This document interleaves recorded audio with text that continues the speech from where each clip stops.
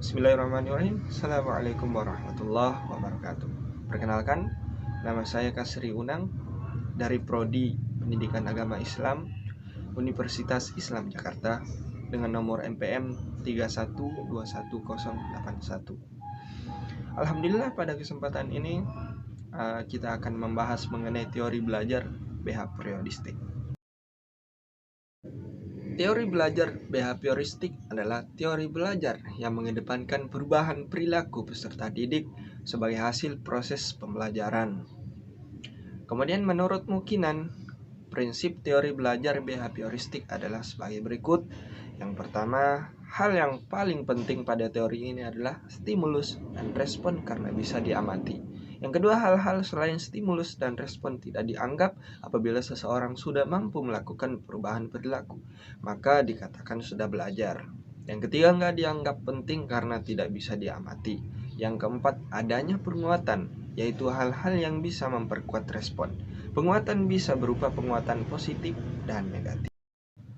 Hergen dan Matthew menyatakan bahwa teori belajar ini mencakup 4 hukum, yaitu sebagai berikut. Yang pertama, hukum kesiapan, hukum latihan, hukum efek, dan hukum sikap. Ciri-ciri teori belajar behavioristik. Yang pertama, mengutamakan pengaruh lingkungan. Yang kedua, hasil pembelajaran fokus pada terbentuknya perilaku yang diinginkan. Yang ketiga, mementingkan pembentukan reaksi atau respon. Yang keempat, bersifat mekanistis atau dilakukan dengan mekanis tertentu, misalnya meminta maaf. Yang terakhir, menganggap latihan itu adalah hal yang penting dalam proses pembelajaran. Contoh teori belajar behavioristik. Yang pertama, guru menyusun materi atau bahan ajar secara lengkap, mulai materi sederhana sampai yang kompleks. Kedua, selama mengajar, guru lebih banyak memberikan contoh berupa instruksi.